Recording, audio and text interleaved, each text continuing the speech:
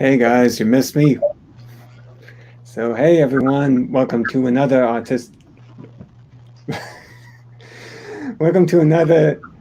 episode of Thru Autistic Eyes. I am your host, Christopher D. Casson, also known as the Autistic Guru by some, and also an autistic that went from reclusive to more of an explorer. And right now we are going to explore the world of meditation and the benefits from it, especially in terms of helping someone that's on the spectrum. So here with me tonight is a good buddy of mine, Kimberly Lechnick. She was actually on one of the earliest episodes, actually. So I wanted to thank you again for hopping right back on again while we sip our tea. Yes, my pea flower tea.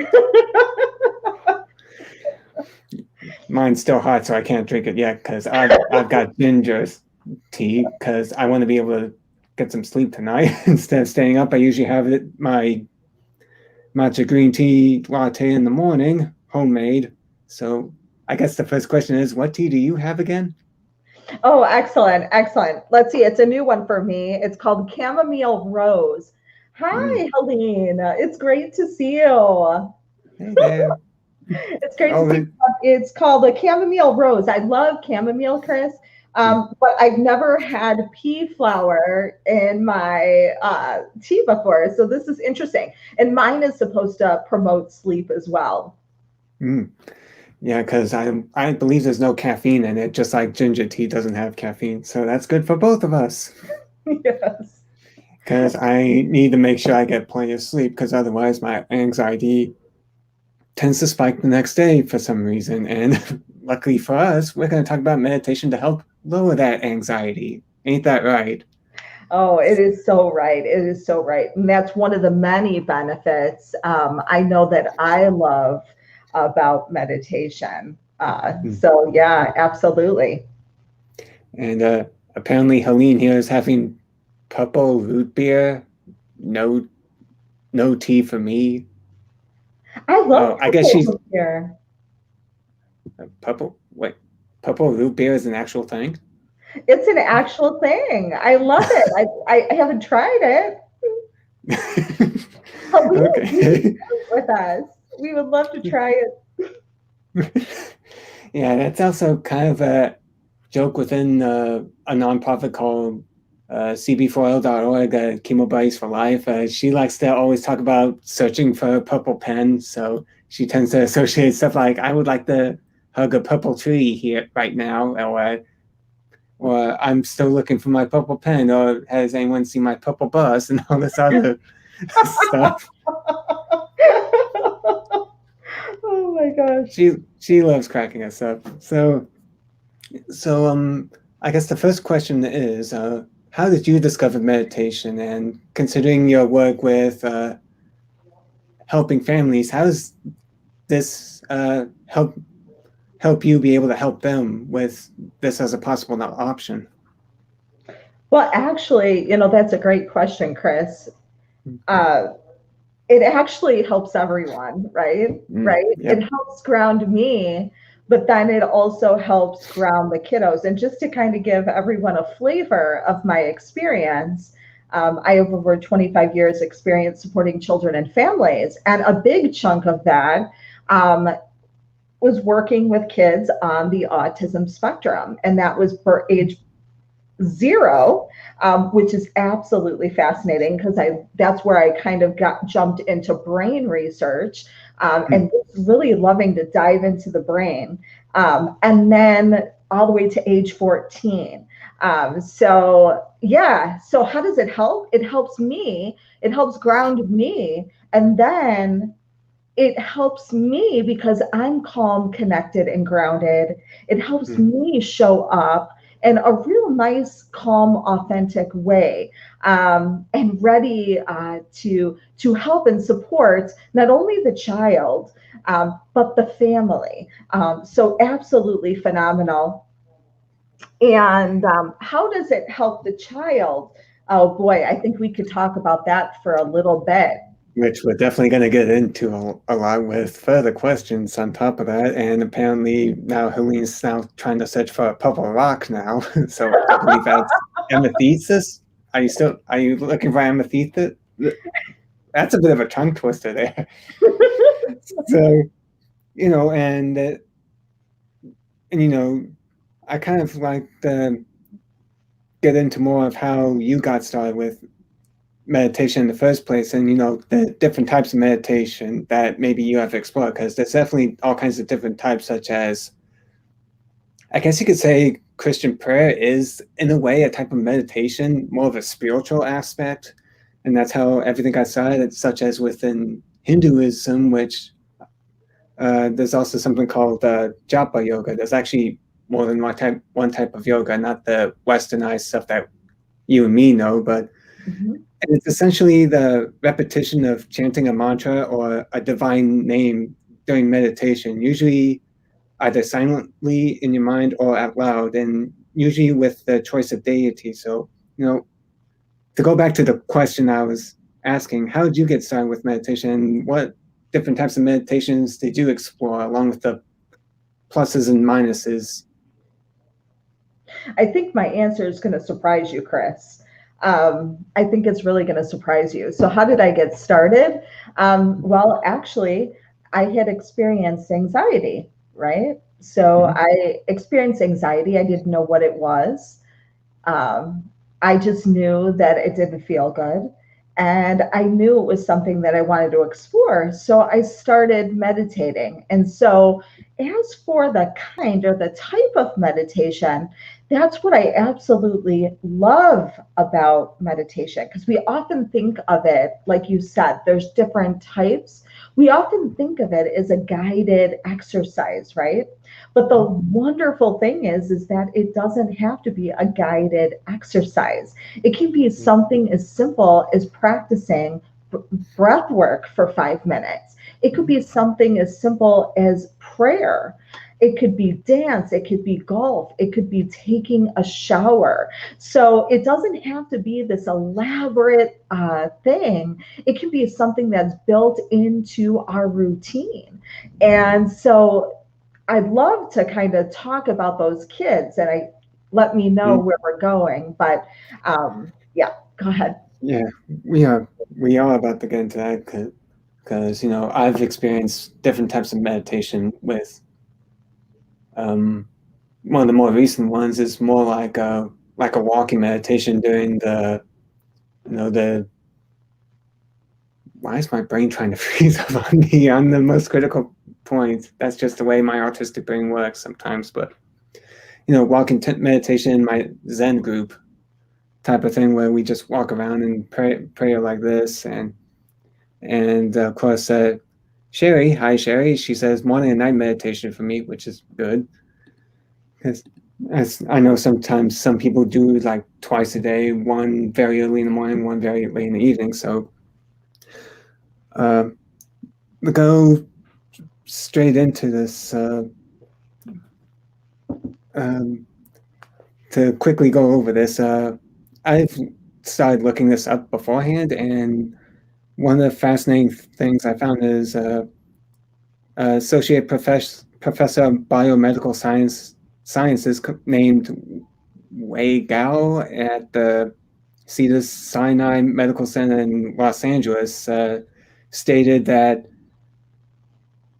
he thinks that the amygdala, which is the little almond-shaped part of the brain here, where it's like an alert fight or flight system kind of thing, where that's also where the anxiety can come in as well. That might actually have a big role in the emergence or development of autism-related traits, and it's also commonly described as a center for detecting threats in the environment and for processing fear and other emotions. And in typical people, the amygdala continues to grow for longer into adulthood than other brain regions do. But people with autism, in contrast, it goes faster than normal in early childhood, up until around the age of 12, and then tapers off and sometimes even shrinks going into adulthood. And the 2016 image study, Harrington and his colleagues found that in people with autism, the amygdala seems more involved in anxiety than social difficulties. And the following year, they showed that children who have both autism and anxiety issues have a smaller amygdala than control students, but that region is of the average size in those with autism alone. I'm guessing he was talking about maybe like the size of the amygdala to go along with the first one. And there's more and more that I could go on and on with finding this online. But with this type of information in mind, how how can we use this information to help with a better understanding and on this close association that's usually there with autism and anxiety, especially with kids that are dealing with so much and struggle to kind of process and understand it. So are you saying how process and understand the anxiety? Yeah, and where it comes from, and just how to be able to handle it. And when we bring in meditation, just the being able to just how it could help someone that's going through those anxiety spikes where due to processing the environment that causes them to just go like that sensory overload, that or even that classic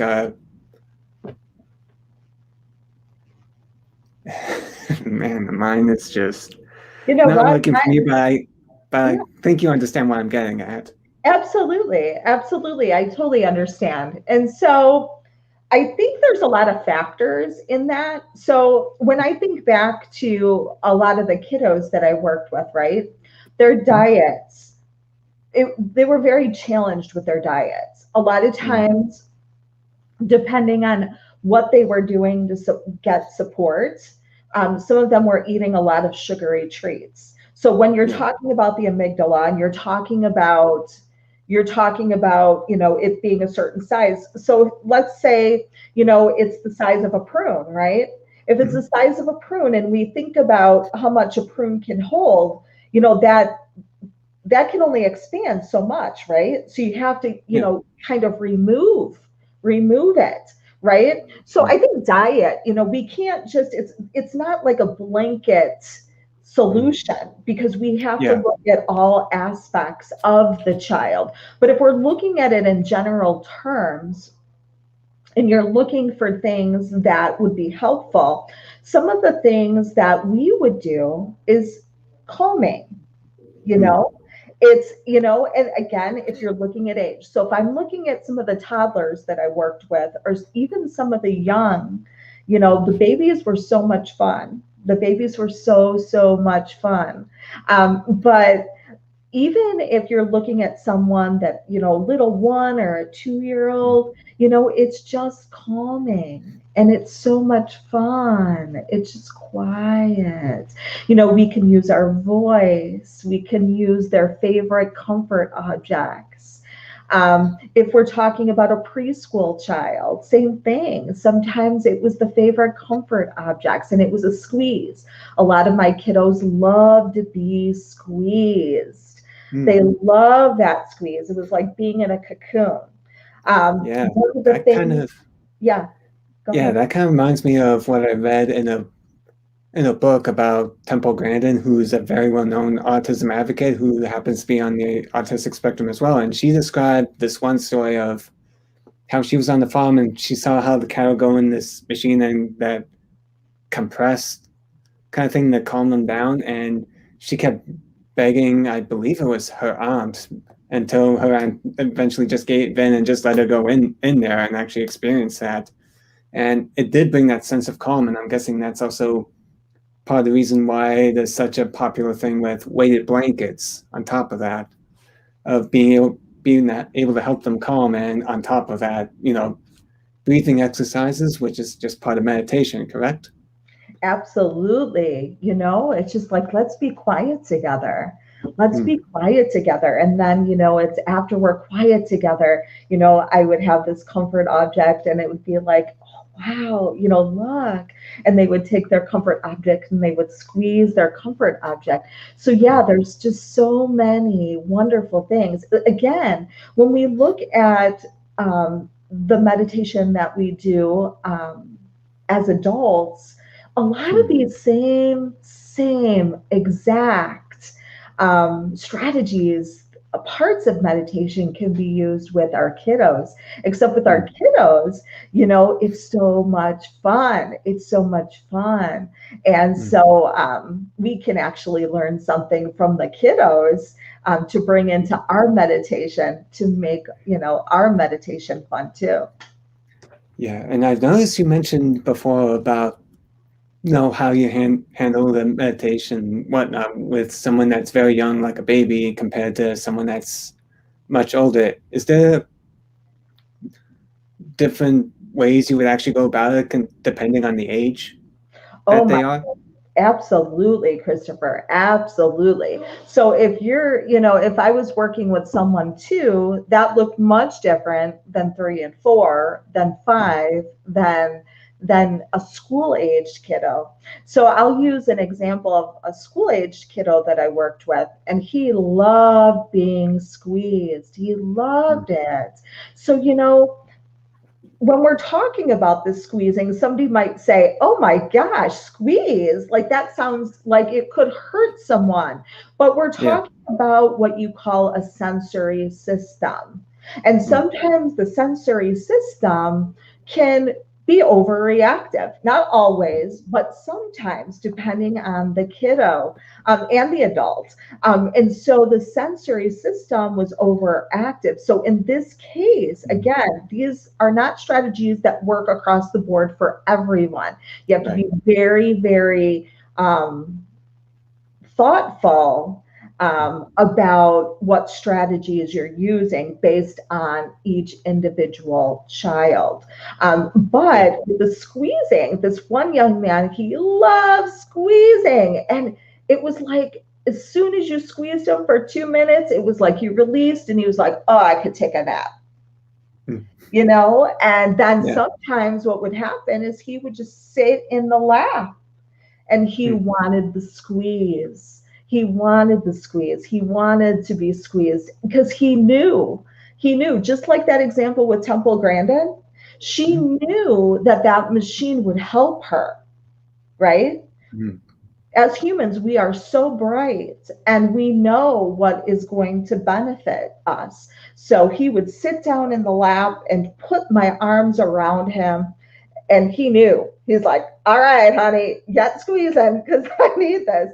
And then it'd be like, okay, I'm going to go play, Yeah, especially if they're just coming home and they've just been repressing it the whole time just to be able to look normal. And then when they get home, they suddenly, all of it explodes out, Yeah. Because that's one of the ways that sometimes some kids on the autistic spectrum end up having a meltdown or a sensory overload, is that they've been forced to hold it in for so long, and eventually it has to come out. So for me growing up, I did not like getting hugged at all whatsoever. I always ended up with a frown on my face. So what would you, for an example, for if someone, a kid like me that didn't like getting hugged, what would you suggest in terms of that? So I'm not sure what age you're thinking of. Do you have an age in mind? It was just elementary in general, so you could pick an age, really. Okay, so maybe 7, 8. So one of the things that was really, really important was to find something that the kiddo liked, right? Sometimes it was the flashing lights. Sometimes it was a special toy. A lot of times it was the cartoon characters. It was SpongeBob was very popular, still is popular. Other cartoon characters, depending on the kiddo, you would go through a whole host of strategies. I love that. Helene. Yeah, it's a comment from Helene, just for those listening in on the podcast version, audio only. Helene just responded, I'm going to hold my purple rock like Kimberly just did with the squeezing. Squeezing. Yeah, thank you, Helene. So anyway, I love that. So what I would do is I would suggest learning what the child likes. What are the Mm, child's reinforcers, right? What are the mm, child's reinforcers? And I might have a box with tons of things and just try, for a couple sessions. Like, what do you like? Do you mm, like this? Do you like that? And then once I found that reinforcer, that's what I would use. So in that instance where you're explaining where you did not want touch, it might have been that you had something like a cartoon character, or mm, you had a special comfort object, and mm, that would become your reinforcer. So if we, were working together and we were working on a skill in school, mm. we want to make sure that we have those as reinforcers so that when you do go through that or you need a timed breaks are so important. They're Yeah. important for everyone, but breaks are also important. Then you would get that desired object, and that would be how you could receive. Again, there's many things, the squeezing, if it's touch that it is, then And yeah. and to say that it's almost meditative in a sense, right? Right? Just to make sure we stay in the topic with someone going, well, what does this have to do with meditation? Well, meditation could be a lot of things. It's more of how you be able to, whatever helps you to focus instead of being bombarded with all this sensory stuff that causes them to overload in the first place. Well, think about it, Chris, too. With meditation, a lot of what we do is self-awareness, right? Yeah, So, mindfulness. Yeah. yeah, in mindfulness. So a lot of these things are about self-awareness, Hmm. right? So we have to put that in context. A lot of it is self-awareness. So using the body, right? We need to learn how to control our bodies, for instance. Right. So mindfulness techniques help everyone. You just may need to pare an exercise down a little bit to be very simple, i.e., the squeeze, right? Because that's Hmm. self awareness. I need physical touch. I don't need physical touch, right? Hmm. That's an awareness that's being developed. That's not really connecting it to meditation. That is meditation, absolutely. Mm. Yeah, and to go off of something else I found, a parent that actually knew the benefits of meditation and mindfulness and its association with autism, but didn't know how to get from here to there, so to speak. So when the child was upset, the father would exhort him to take those deep breaths, and he would, and then the child just exaggeratedly huff and puff and then start screaming again, Mhm. and did find it difficult at the starts due to similar issues, but he did eventually get him on track where the child was just taking on it with. But I would like to hear your opinion on how he would be able to adapt from that type of situation of trying to get the child started in meditation, so to speak. Because for even adults, we struggle a lot to even get started and just keep it going. So just some of the roadblocks and how to overcome them. Yeah, I think that's a good conversation. I don't think that we could cover absolutely everything, right here today, but then just using that example of the breath, right? Mhm. That was a self awareness for that young person to huff and puff. That was a self awareness. That was Mhm. how he was breathing. Now, Mhm. maybe over time, if we look at everything as a skill, right? Over time, maybe it wouldn't be a huff or puff, right? Mhm. Maybe it wouldn't be a huff or puff. Maybe the breath would become more smooth, right? Mhm. But it's Right. just like everything else that we do. Everything else that we do, it's a skill that needs to be sharpened. And we need to follow, in this instance, we would follow the cues of the child to see what was working. Again, going back to that example we talked about with the physical touch. Right. Now we would know very quickly that you like, no, because non-verbally you're telling us this is unpleasant.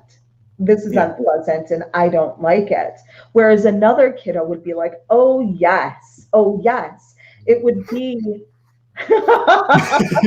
Robert just came in and he just made a comment with, I will not be a huff and puff because I don't need to blow anyone else's house down. I'm getting tongue twisted tonight, but anyway, good to hear from you, Robert. Anyway, continuing on. Yeah, so if we go back to the breath, I absolutely think that the possibilities are endless. But again, as adults, if we're doing the meditation along with our child, it's going to be all that more powerful because we're going to learn that we need to take out that skill of patience, right? We need to access our skill of patience. And when the huff and puff is coming out, we need to know that just like our meditation, their meditation is growing too. So going into, well, they again started with connecting the parents with the child. So what kind of other ways and benefits in terms of deepening that connection to meditation? I think that it would be I think since we're just starting to talk about this, it'd be simple, just as simple to find, again, if there's exercises or activities that your child likes to do, that would be a great start. That would be a great start. Maybe it's walking, right? Maybe it's walking, and that's the meditation, right? I know some of my students love jumping. Maybe jumping, and you jump together if the child's more physical. If the child's more calm, right? If the child's more calm and likes to do calming things, then you would find maybe a breathing technique, and you could make it a game. Again, making games with our children, our grandchildren, are so much fun and so powerful. And again, connecting them to the meditation will follow their cues, verbal and nonverbal, to learn what works for them and what doesn't. Okay.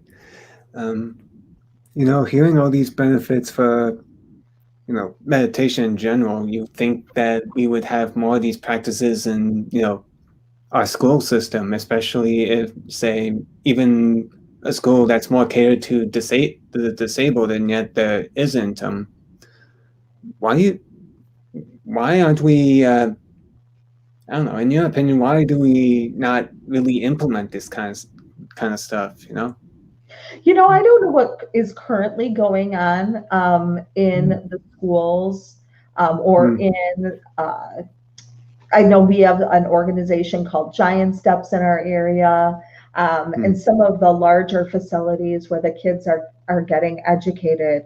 I do know that a lot of times yoga and mindfulness is starting to be used more and more. But I agree with you, Christopher, that it's something that we need to continue to explore and continue to use and continue to do research on, because it definitely can, I believe, oh my goodness, just the benefits that I've gleaned from it, I believe that it could have just wonderful. I think everyone should be doing it. Everyone should be meditating on some level. Yeah, I would think so too, but I remember also being one, actually it was in a Clubhouse chat where it was like a preacher and minister, and he saw the benefits of meditation, and yet when he tried to bring it in, everyone was like, no, that's an Eastern thing, we don't want it, just Christian only, and they kept looking at the surface level, and he was getting a little bit frustrated. So it's, what would you say to someone that is really resistant using meditation for whatever reason. It could be religious because they keep associating it with like Hinduism, and it's like, no, we don't want that multiple god stuff in our home kind of thing, you know? I would really say, start out by saying meditation is more than sitting down and doing a guided meditation. Meditation is in the shower. What would that be if your child had a routine? And I think we started our conversation out like this, right? If your child had a routine and they love the shower or they love the bathtub, that's a form of meditation. Now, we're not going to have bathtubs and showers in our schools, but what that's doing is preparing the body to learn in some cases for the child. So it doesn't have to be, like you said, this complex thing where we're sitting down and we need to get caught up, because I think that what you're talking about is people resisting, right? And if they were meditating, Chris, the funny thing is they wouldn't be resisting. Yeah, because you think meditation, you think all those different mantras like Om Mani Padme Hum or Om Ganapataye Namaha, the former like Buddhism, the latter Hinduism kind of thing. But it's more than just saying a bunch of mantras, sitting around doing nothing, and that could be just as helpful for an autistic child that's, like you said, a lot more active, and you want to calm them down, but in some ways maybe that's his way of getting through stress. Yes, and that's such a great point. And as you were talking, it was making me think of the meditation I did last night, and it was a kindness meditation. So think about this, and I'm actually thinking about it right now. Is some of the students had augmentative communication devices, and for those of you who don't know that means the child was not fully verbal, so they need assistance in speech. So what would happen if we had "I am lovable" on their augmentative communication device? I am loving, I am kind, I am loved, on their augmentative communication device. What would that do to change their brain? If every day they were saying these things. We're talking about anxiety, and anxiety, for instance, is just a bunch of muck going on in our monkey minds. We're telling ourselves lies. What if we filled those augmentative communication devices, or even our homes or our schools, with "I will always love you"? I mean, how, there's just nothing you can say about that. You're rewiring the brain with these loving thoughts. Yeah, exactly. I'm kind of reading Robert's very, very long comments here. So those times of tranquility I have where I am wrapped up with gratitude, feeling really at peace. When I was still working, it would happen around 4 a.m. to about 5:30. I didn't always spend it alone. I would get on the video call with a friend in Australia. All those times I am walking in a state of joy. I know those times I am not walking alone. It was at this time it was suggested that I seemed as though I could take on the whole world. And that's basically, go ahead. No, just powerful, because that's truth. Yeah, and it's also a way of being able to deal with all the negative thoughts, especially with, bullying being such precedent in school, and just, finding a way to being able to filter that out. So could you explain how meditation could be beneficial in that type of situation? Because a lot of people on the autistic spectrum do experience all that harsh bullying, online and offline. Can you clarify that, Chris? So you're looking, just being able, we're just doing an example of how this meditation could help with them deal with such a situation through meditation, of being able to. Absolutely. So again, I think it starts with communication, right? So Mm, whatever that child's communication mode or mode of communication is, it's important to have that available. Because I just want you to imagine for a moment a young person who's not able to either verbally just speak their words out, you know, and we say that we need to speak it as a release because we're all containers, right? mm, So imagine having that inside of you. So I love the communication boards, and I love there's a software called Board Maker, and they make these really cool pictures. And I think that it's important, no matter what your child's mode of communication is to have that accessible to them so that when they come home from school, leaning into that routine, they have a way to tell you, how was your day? And if they experience something that was unpleasant, they may not be able to get all of their words out or be able to communicate the full message. But the point is, again, it's a skill. mm, So having that communication first and then doing something calming, like mm. breathing, because communicating for everyone is challenging. But if you lean into the breath and teach that as a skill in your home, again, that's going to be grounded. That's going to be a Mm. habit that that child is probably going to gravitate towards because they're going to be able to tell you that it makes them feel good on some level, verbally or non-verbally. Okay, and let's see. Apparently, Helene is now looking for a purple monkey now. So it's it's just sometimes this chat is fun, you know.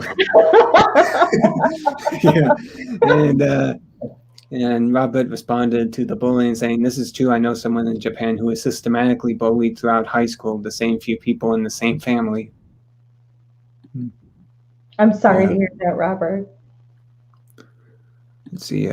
We grew up with it at home. At times, it felt like he couldn't breathe. That it did not matter how carefully you walked on eggshells, you were going to get it without warning at some point in the day. Hmm.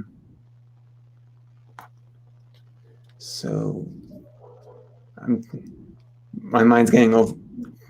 My mind's already getting overloaded. So, let's quickly talk about. You mentioned doing doing this type of meditation yesterday. Could you tell us more about the Facebook group that you actually host for this? Oh, absolutely, Christopher. I'd love to.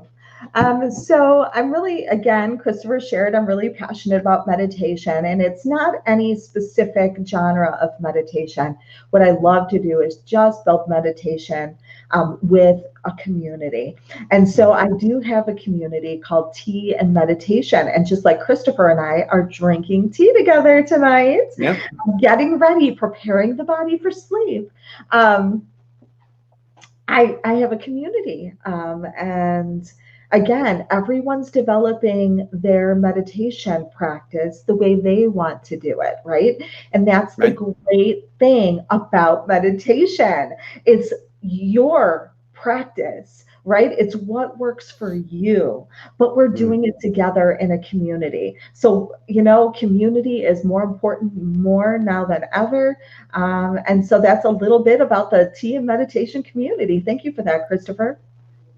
Yeah, especially since we, after being separated for so long, thanks to the shutdown last year, it's kind of showing us how important it is to being able to be with a group. And even with the Zen group I'm in, they talked about, you can do meditation alone, but it could also be just as, if not even more powerful when you're in a group or like in Buddhism called a Sangha, to be able to do these practices with each other.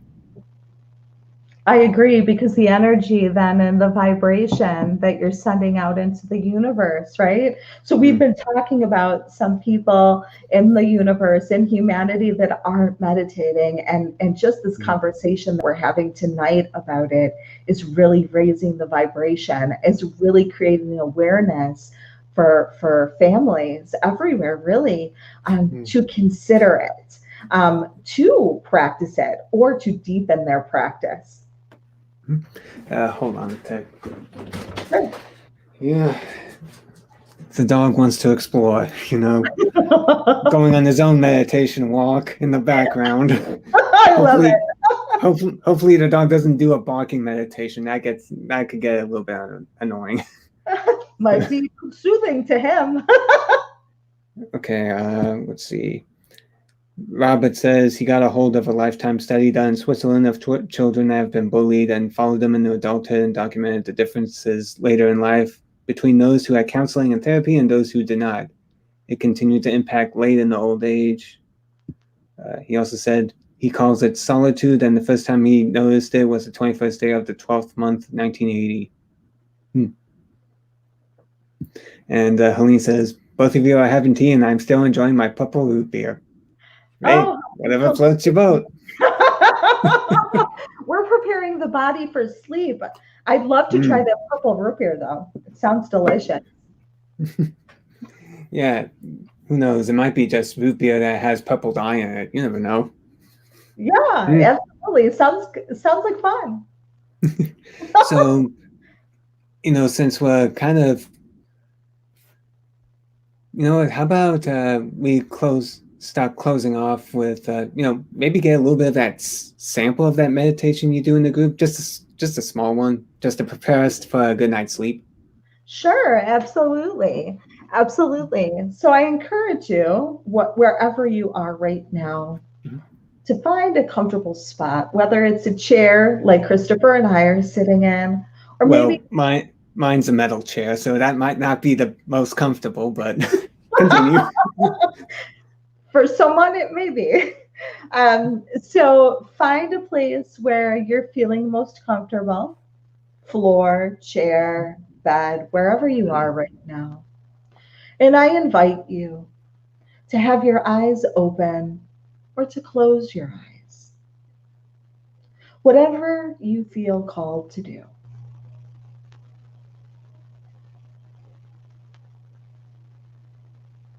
Enjoy this moment of silence. As you feel your body connecting to the ground or to the surface beneath you, gently place your hands on your lap.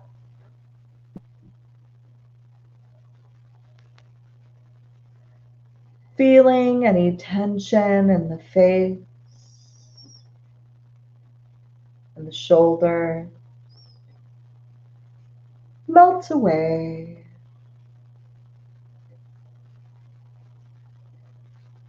As you connect deeper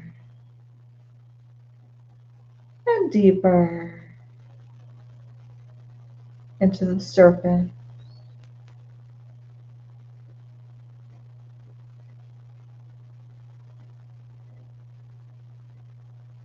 Taking a moment to connect to the breath. As the breath comes in and out of the body.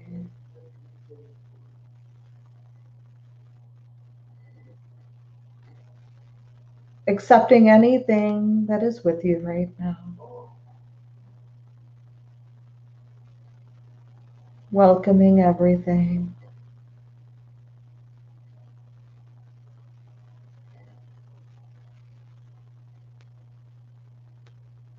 Feeling calm, feeling peaceful.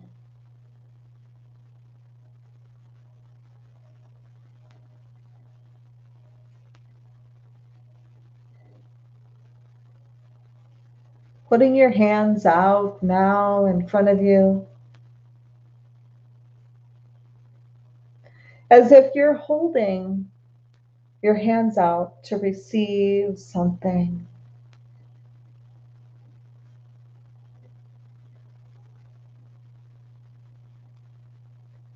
Maybe your spirit guide is coming to give you something. Or maybe you just are holding something, an object that reminds you of someone that you love, someone that you care about deeply.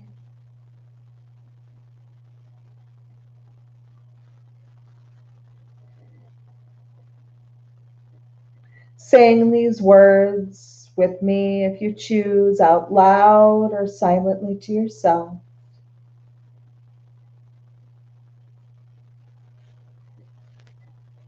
I am loved.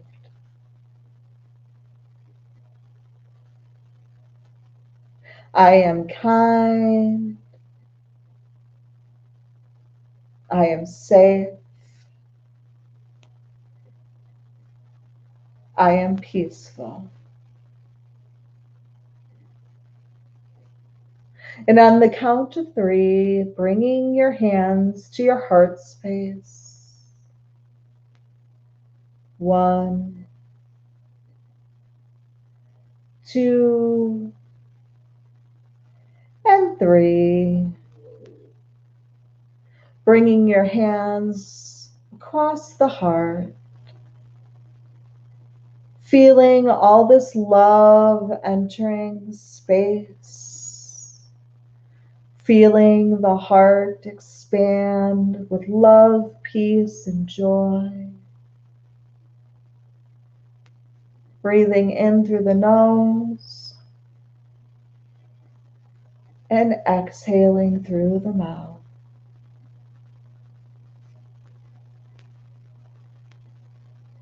One more time, inhaling through the nose and exhaling through the mouth.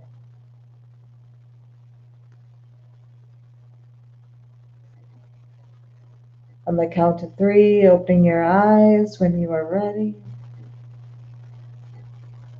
Knowing that you can access this meditation at any time you wish.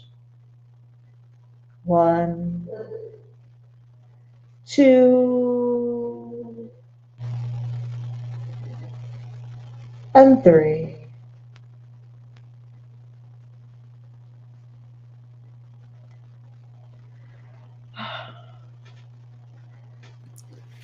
I have to unmute the mic because the dog was trying to start something when you said, okay, it's time to be signed, and the dog's like, no. He knows his routine.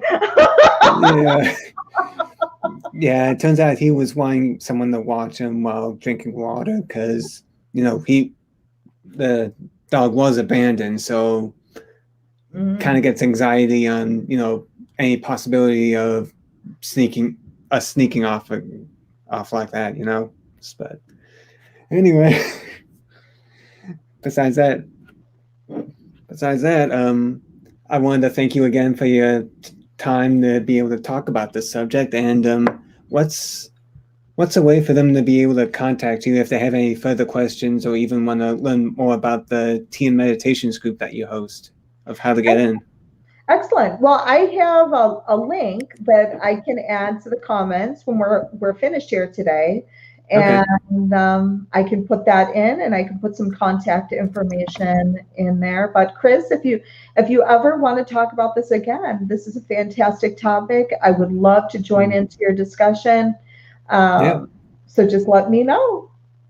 Yeah, and maybe a few others. Make this more like a panel, so to speak, to talk about how being able to stay calm in situations such as what happened last year, with especially all the anxiety and the rise in depression and whatnot that came from being restricted so much, and how to be able to handle that kind of thing.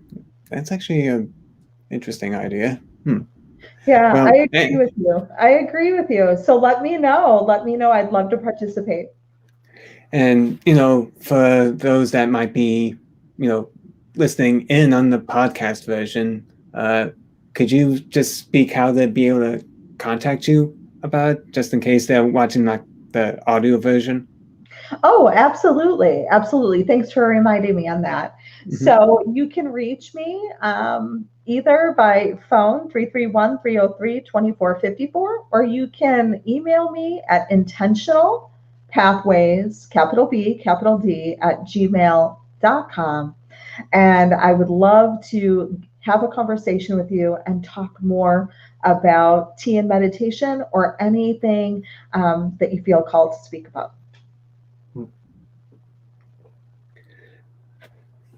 Yeah, just gotta swallow that tea first before I speak, and not while in. So anyway, thank you again so much for your time, and of course, this is another episode of Through Autistic Eyes with, again, your host Christopher D. Cass. I'm so.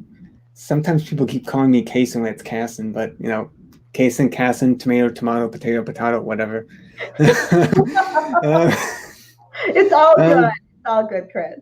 And it's all good. It's all good. Even one time got someone calling me Casson, like that, like it's French, but even though it isn't, even though there's a little bit of French in the family history, but that's another topic altogether. But anyway, your host, Christopher D. Casson, aka the Autistic Guru, signing off, and I hope you all have a pleasant evening. So take care, everyone.